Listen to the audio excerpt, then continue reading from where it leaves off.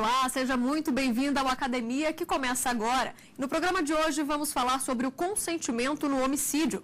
A dissertação é do mestre em Direito e promotor de Justiça de Minas Gerais, Enéas Xavier. Do consentimento no homicídio. Dissertação apresentada ao curso de pós-graduação em Direito da Universidade Federal de Minas Gerais para a obtenção do título de mestre em Direito. Orientador, professor doutor Jair Leonardo Lopes. E para debater esse tema com a gente, recebemos aqui no estúdio o criminalista e especialista em Direito Público, Jairo Lopes Oliveira, e o especialista em Direito Criminal, Amaury Andrade. Obrigada, doutor Jairo, pela presença aqui na Academia. Eu que agradeço. Obrigada, doutora Amaury. Eu que agradeço a TV Justiça. Bom, para você de casa entender melhor esse assunto, confira agora um rápido resumo da dissertação. A dissertação trata de um campo específico das ciências penais, o consentimento no homicídio. O tema é abordado nas legislações brasileira e estrangeira. O autor também traz exemplos reais e posições de tribunais brasileiros sobre esses casos e mostra ainda se o consentimento pode ser eficaz no delito de homicídio. Enéas, seja muito bem-vindo aqui à Academia. Eu agradeço o convite do Supremo Tribunal Federal, acho que é uma oportunidade ímpar para uma discussão de um tema transdisciplinar que envolve diversas áreas de conhecimento e saúde, em especial aqueles que nos assistem. Bom, queria começar então, já que você falou do tema, para quem está em casa entender, o que significa isso do consentimento no homicídio? Trocando em miúdos, como é que a gente pode explicar isso melhor? O consentir no homicídio é quando o sujeito ele consente na própria morte. Um terceiro o mata através de um consentimento da própria vítima, do próprio sujeito passivo.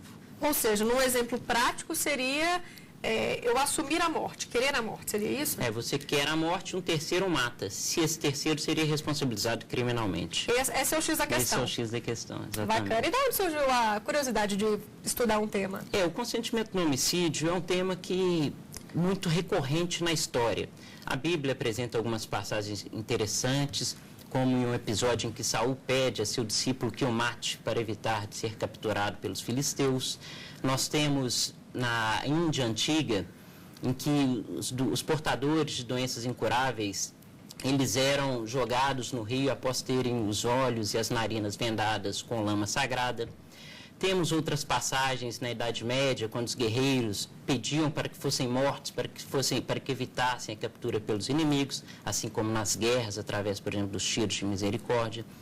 Temos um pouco mais recente na história, um caso muito conhecido, que é o caso de Ramon Sampedro, em 1998, que ele era um mecânico de barcos na Galícia, que aos 20 anos dava a volta ao mundo, e aos 26 foi vítima de um acidente que o deixou tetraplégico, e ele então pede autorização à corte espanhola para que ele cometesse um homicídio, para que ele fosse morto por um terceiro. E aí isso difere também do suicídio, porque ele poderia se suicidar. Ele não tinha como se suicidar, ele não tinha condições para isso. Entendi. Então ele pede ajuda a um terceiro para que ele colocasse fim à sua própria vida.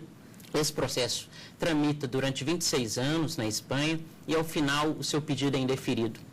Então, ele comete um suicídio assistido, gravado em vídeo. Isso é objeto de um livro muito interessante, Cartas do Inferno, e objeto de um filme, Mar Adentro, que inclusive ganhou o Oscar de melhor filme estrangeiro em 2004. E daí vem a minha curiosidade.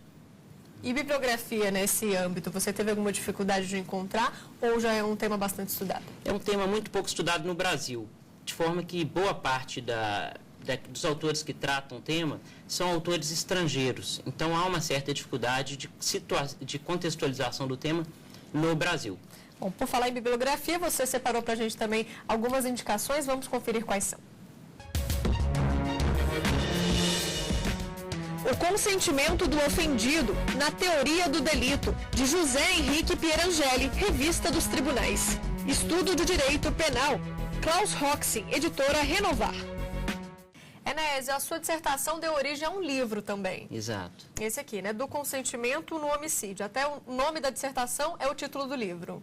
Isso. Exato, é o título da minha dissertação de mestrado.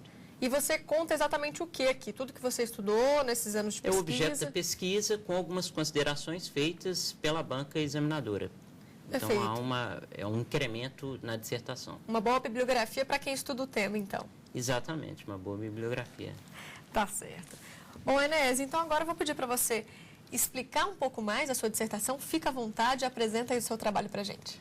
O consentimento, ele encontra-se no nosso Código Penal como uma causa excludente supralegal, de tipicidade ou de ilicitude. Ele é uma excludente de tipicidade quando o consentir, o ato de consentir, se encontra dentro do tipo penal. Exemplo, invasão de domicílio, em que o sujeito concede autorização para que alguém adentre em sua residência, obviamente não há um fato típico. E ele é excludente de ilicitude quando ele se encontra fora do tipo penal. Caso, por exemplo, do crime de dano, em que o sujeito comete dano a um bem de outrem com autorização deste terceiro. E a grande discussão, historicamente, é se nós podemos consentir em bens indisponíveis. De forma que, para a doutrina majoritária, consentimento é aquele ato em que o sujeito, titular de um bem jurídico, dispõe do exercício de uma proteção do direito penal através de uma anuência que decorre de uma manifestação de uma vontade não viciada, que seja concomitante ou anterior àquela ação e, via de regra, diante de bens disponíveis. Recentemente, parte da doutrina estrangeira, em especial, tem defendido que, em alguns casos, é possível que o sujeito passivo consinta em um bem indisponível, mais especificamente, a própria vida humana. Eu tenho entendido que a vida humana é, de certa forma, indisponível porque não há um direito de morrer. Heidegger dizia que a vida talvez não valeria o preço, a pena de ser vivida. Se nós tomarmos essa posição em um sentido radical, ou se nós tomarmos a posição de Kant, quando diz que, para sabermos se uma conduta é lícita ou ilícita, devemos tomá-la como um exemplo e como uma regra geral e vermos qual seria a consequência para a sociedade, me parece que seria macroscopicamente ilícito consentir na própria vida. E, de certa forma, o Roxin, por exemplo, vai dizer, não, nós temos que tratar o bem jurídico, vida, de forma disponível quando há uma autocolocação, quando o próprio sujeito renuncia à proteção do direito penal. Jacobs vai dizer, olha, não podemos admitir um certo paternalismo estatal exagerado, né, nessa questão. Mas eu tenho entendido que há um interesse social na preservação da vida humana. O nosso Código Penal, e em especial a Constituição, ela não tutela um direito sobre a vida, mas há uma proteção à vida. A vida, numa perspectiva de um direito fundamental, ela precede todos os outros. Quando se argumenta-se que há um direito à liberdade na própria morte, cometida por um terceiro, nós temos que parar e fazer a seguinte indagação. Quando o direito de liberdade prepondera sobre o direito à vida, o direito que é ceifado é a própria liberdade. O que eu quero dizer é que a vida é um direito que se sobrepõe a todos os demais. Sem vida, não há que se falar em liberdade, não há que se falar em liberdade religiosa, sendo que o raciocínio inverso não é possível.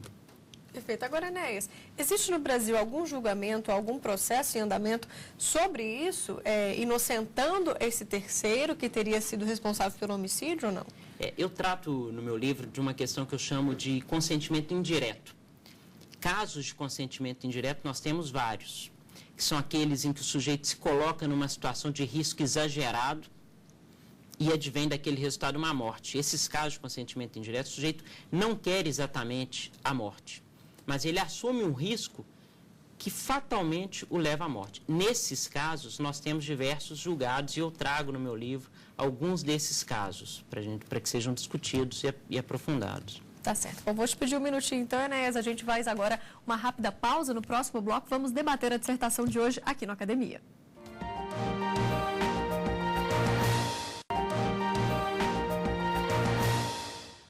O Academia está de volta e hoje a gente fala sobre o consentimento no homicídio. O estudo é do mestre em Direito, Enéas Xavier.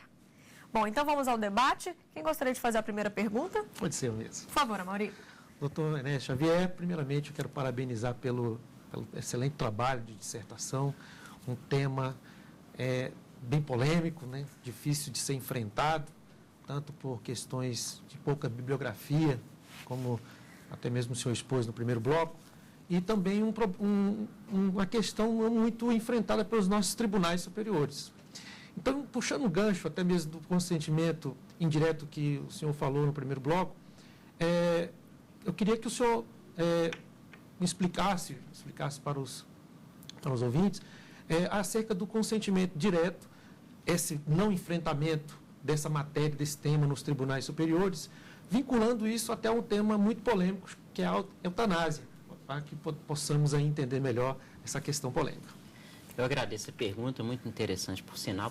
Eu acho que, inicialmente, é importante que nós façamos a distinção do que é eutanásia, ortotanásia e distanásia, que são conceitos muito próximos e que, de certa forma, confundem as pessoas, em especial os leigos, né? Na eutanásia, há uma antecipação da morte.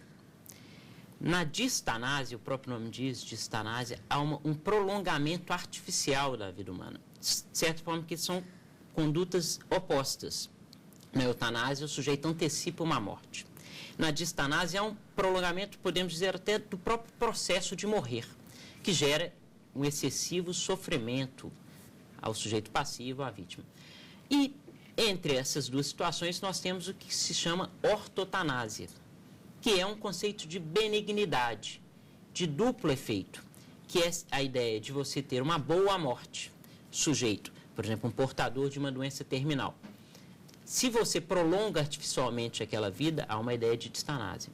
Na ortotanásia, você pode, por exemplo, ministrar morfina, que você alivia a dor, e não há um prolongamento exagerado daquela vida, e é a ideia da boa morte. Então, o que eu defendo é a ortotanásia. O caso da eutanásia, ele não tem sido muito enfrentado, e muito acerto a sua pergunta, pelos nossos tribunais, porque não há, de certa forma, grandes questionamentos, porque o nosso Código Penal trata essa matéria, via de regra, como uma hipótese de homicídio privilegiado, em que o sujeito responderia, então, pelo homicídio, mas haveria o privilégio no cometimento daquele homicídio. Então, o nosso Código Penal, ele regula a eutanásia. E o Conselho Federal de Medicina, através de uma resolução, ela dispõe quais seriam os casos e o que o médico, como deveria ser o comportamento do médico, para que ele, então, cometesse, então, uma ortotanásia, que seria esse meio termo, e é o que eu tenho defendido, e muitas vezes há uma discussão profunda nessa questão, porque as pessoas, às vezes, generalizam o termo eutanásia como se fosse tudo que envolve o processo da boa morte, e não necessariamente assim que a medicina trata a questão. Cajara, por favor, sua pergunta. Eu gostaria que o senhor dissesse, traçasse um paralelo entre o princípio da dignidade da pessoa humana estampado na Constituição e o princípio de proteção à vida, considerando que o tema da eutanásia, não obstante a polêmica, ele também suscita um debate moral, um debate, de certa forma, que transcende o campo jurídico. Porque meu avô dizia que coração dos outros é terra que ninguém pisa. E com isso eu quero dizer que não se compreende as razões, né, ela não pode ser tratada de forma tão rigorosa daquele que sofre, que padece de um sofrimento. Então, eu gostaria que o senhor traçasse esse paralelo no sentido de nos deixar confortáveis em entender o porquê da contrariedade à eutanásia. A pergunta muito interessante, e essa é uma questão realmente bastante relevante. Como ponderar a dignidade da pessoa humana e o direito à vida? E quando a gente trata da eutanásia, a gente não trata da eutanásia como uma simples antecipação da morte. Há várias formas de minorarmos o sofrimento. Por isso, quando a gente fala da ortotanásia, a gente fala da ortotanásia no sentido do paciente não sofrer exageradamente. E aí nós preservamos a dignidade da pessoa humana. Quando a gente fala na dignidade da pessoa humana, a gente fala na dignidade da pessoa humana sobre diversos aspectos. Sobre uma vida com qualidade, sobre uma vida feliz, sobre uma vida com disponibilidade, mas não com uma disponibilidade absoluta. A ideia de liberdade, e como eu disse no primeiro bloco, ela não pode preponderar sobre a ideia de uma vida humana. Dessa forma, nós poderíamos permitir que o sujeito admitisse ser escravizado 24 horas por dia, sobre uma ideia, sobre um argumento de liberdade. De forma que a liberdade, ela tem que ser ponderada com uma preservação da vida. Jamais uma preservação da vida que cause sofrimentos exagerados, sofrimentos demasiados. E é por isso a importância, talvez, da intervenção do direito, e não só dos profissionais do direito, mas da intervenção da psicologia, da intervenção de outras áreas do conhecimento que são aptas a minorar o sofrimento do indivíduo. Por isso que se trata de um tema transdisciplinar, não é um tema afeto único e exclusivamente ao direito penal, mas há outros ramos do conhecimento e aos quais cabe ao Estado tutelar para que a pessoa tenha um final de vida de forma mais amena, de forma mais serena, com outros conhecimentos além do campo jurídico. Perfeito. Maurinho, mais uma questão? Sim. Como o doutor Enéas falou sobre homicídio privilegiado, né, nós estamos, só a título de explicação para as pessoas que estão nos assistindo, homicídio privilegiado é um nome doutrinário, né, é um homicídio que uma causa de diminuição de pena que está prevista lá no artigo 121, parágrafo 1º do Código Penal. E dentro do homicídio privilegiado, nós temos ali um dos motivos que podem ser ocasionados na conduta típica do sujeito que mata o outro, o relevante valor moral. E dentro desse contexto do relevante valor moral, ainda no tema polêmico da eutanásia, eu queria que o doutor Enéas nos explicasse este vínculo do homicídio privilegiado, dentro do contexto do relevante valor moral, sobre a questão da excludente de tipicidade e excludente da ilicitude. Se, de fato, a depender do caso, o sujeito que está em real sofrimento e está pedindo, pelo amor de Deus, para que retire-se a vida, como que o doutor Enéas verifica essa questão da tipicidade e da excludente de ilicitude? Respondendo à sua pergunta, muito interessante, por sinal, a questão do privilégio no homicídio, ele não é necessariamente tratado como um caso de relevante valor moral quando nós estamos diante de um caso de eutanásia. Nós vamos ter que analisar o caso em concreto. Muitas vezes nós estamos diante de uma situação em que o paciente, em que o sujeito passivo é morto por um terceiro, o paciente em um final de vida, e não necessariamente aquele terceiro, ainda que haja um pedido do paciente, comete um crime mediante relevante valor moral. Nós vamos ter que analisar o contexto de vida daquele cidadão, qual o laço afetivo que os unia, para que então nós possamos verificar, não, há sim um relevante valor moral naquele caso, em caso positivo, nós vamos aplicar um homicídio privilegiado. E eu tenho entendido que não exclui tipicidade, não exclui ilicitude. Porque, como eu disse, a minha posição é de que a excludente só ocorre diante de bens disponíveis, não ocorre diante de bens indisponíveis. Aqueles que defendem a possibilidade de disponibilidade da vida vão entender como uma excludente de tipicidade. Não é o meu caso. Então, se você entende, não, eu acho que é possível o sujeito dispor da própria vida, você vai concluir que o fato seria atípico. Não é a posição que eu tenho defendido. Doutor, lendo a tese, se constata a questão relativa ainda ao tema da eutanásia. Como exemplo, teremos o tetraplégico, por exemplo, que são os casos em que há, segundo a experiência nos autoriza a dizer, que há os maiores pedidos para que faça cessar a vida. Nós temos o exemplo, inclusive, da própria Holanda, que é a terra da liberdade, inclusive, e que há permissão, salvo engano, para alguns casos em que a eutanásia seria permitida, nesses casos específicos. Voltando para a nossa realidade, eu gostaria que o senhor traçasse outro paralelo entre essa proibição à retirada da própria vida e o princípio da autonomia da vontade. Considerando que eu me perfilo aqueles autores que entendem que somente a própria vítima, aquela pessoa que padece daquele sofrimento, sabe o fardo que é a tetraplegia, por exemplo. Então, que o senhor nos explicasse exatamente esse confronto entre essa vedação e o princípio da autonomia da vontade. A questão da autonomia da vontade, essa é a questão que Roxin nos apresenta. Ele vai dizer que nós não podemos admitir um paternalismo estatal, que há uma autocolocação em uma determinada situação que autorizaria aquele sujeito a ceifar a própria vida. E a ideia da autonomia, e é como eu disse, eu acho que a autonomia ela tem um limite. Essa autonomia da vontade, ela é limitada por outros direitos. E aí a pergunta, senhor, só o sujeito sabe o sofrimento que ele passa, é evidente, mas é por isso que eu digo que há um interesse social na preservação da vida humana. O indivíduo não nasceu para viver insulado, para viver de forma isolada. Há uma dignidade inerente à vida de todos nós. E há um interesse coletivo na preservação da vida. A partir do instante que o sujeito nasce, há uma proteção à vida, quer ele queira, quer ele não queira. Não há um direito, e aí eu digo isso sempre no meu livro, sobre a vida de alguém. Há um direito à vida. A vida não é um objeto, ela é inerente ao ser. Você não pode dispor, você pode dispor daquilo que você tem, você não pode dispor daquilo que você é. Há um interesse coletivo na preservação da vida. E há um interesse social, inclusive do ponto de vista moral.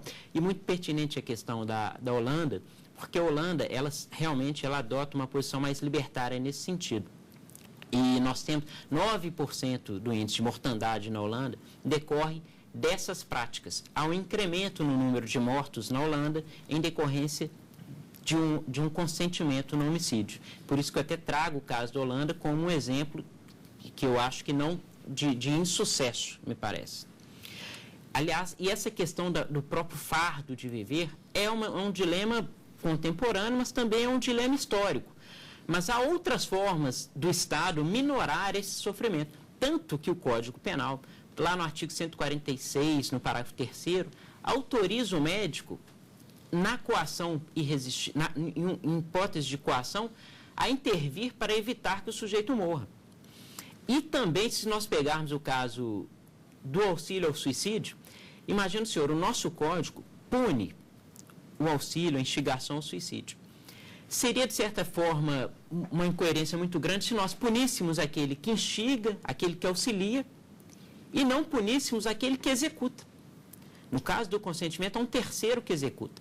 Se nós deixarmos sem punição esse terceiro que executa, como que nós vamos punir aquele que instiga, aquele que auxilia, que é o caso do suicídio? Nós temos um caso, por exemplo, de um suicídio coletivo nos Estados Unidos, Ravengate, em que quase uma centena de pessoas se suicidaram em um ato coletivo, movido por uma seita religiosa, em que a ideia era isso: olha, a vida está com um sofrimento tão grande, vamos todos morrer aqui coletivamente. Então, o que eu tenho defendido é uma posição diametralmente oposta a esta, de uma valorização da vida, de outros instrumentos para que nós tenhamos uma vida mais digna, uma vida melhor, e numa sapiência muito clara, que faz parte da vida de todos nós, que o sofrimento é inerente à nossa vida. Há momentos da nossa vida em que nós passamos por momentos mais difíceis. E se nós permitirmos um consentimento tão deliberado, esses momentos que muitas vezes nas nossas vidas são passageiros, eles se tornam perpétuos. De forma que, às vezes, nós não consentindo, se nós não consentirmos nessa disponibilidade da vida, aquele momento passa. E a pessoa depois se restabelece, passa a ter uma vida boa. Os momentos em que a pessoa, às vezes, pensa no suicídio, em que a pessoa quer morrer, via de regra, são momentos passageiros. Por isso que é importante o Estado lutar para que essa vida seja preservada, porque passado aquele momento, a vida permanece, a vida continua, se perpetua por um tempo muito maior. Interessante. Obrigada pelas explicações. Mais alguma questão? Me ocorre que o nosso sistema de saúde, por exemplo, ele não estaria preparado para esse consentimento. Né? Exemplo do caos que se instala na saúde, e há até aqueles que dizem que seria uma estratégia a ser utilizada por aqueles que gostariam de esvaziar as UTIs e, de certa forma, até melhorar o atendimento. Como o senhor vê essa questão relativa à nossa estrutura de saúde pública em contraponto à permissão da eutanásia? Ótima pergunta. Eu acho que o nosso caso é um caso muito emblemático nessa questão, porque diariamente ocorrem casos de eutanásia que não chegam aos tribunais, sobretudo nos hospitais, diante do caos pelo qual passa a nossa saúde. Eu acho que se nós legalizarmos a eutanásia, nós vamos contribuir para o incremento desse número, porque nos hospitais a falta de leitos é algo notório. E, de certa forma, nós vamos criar situações que vão favorecer o incremento da morte até para uma liberação de leitos. Nós vamos ter o próprio hospital, via de regra, e alguns profissionais de saúde incentivarão o sujeito a morrer para que haja uma liberação de leitos. Por isso que eu digo que eu sou radicalmente contra nessa questão, até por uma questão de moral. por uma questão de preservação, até por uma questão hospitalar.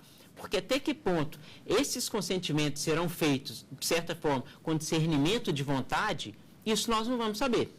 O que acontece com aquele paciente que está lá no hospital agonizando, se ele tem discernimento para consentir no ato de vontade, após a morte, a prova se torna uma questão extremamente difícil. Até porque, para nós atingirmos a psique humana, é algo impossível. Então, nesses casos, eu também seria contra, e esse argumento do senhor, inclusive, fortalece o ponto de vista que eu tenho defendido ao longo do trabalho. Bom, o programa então chega ao fim. Enéas, agradeço a sua participação, suas explicações aqui no Academia.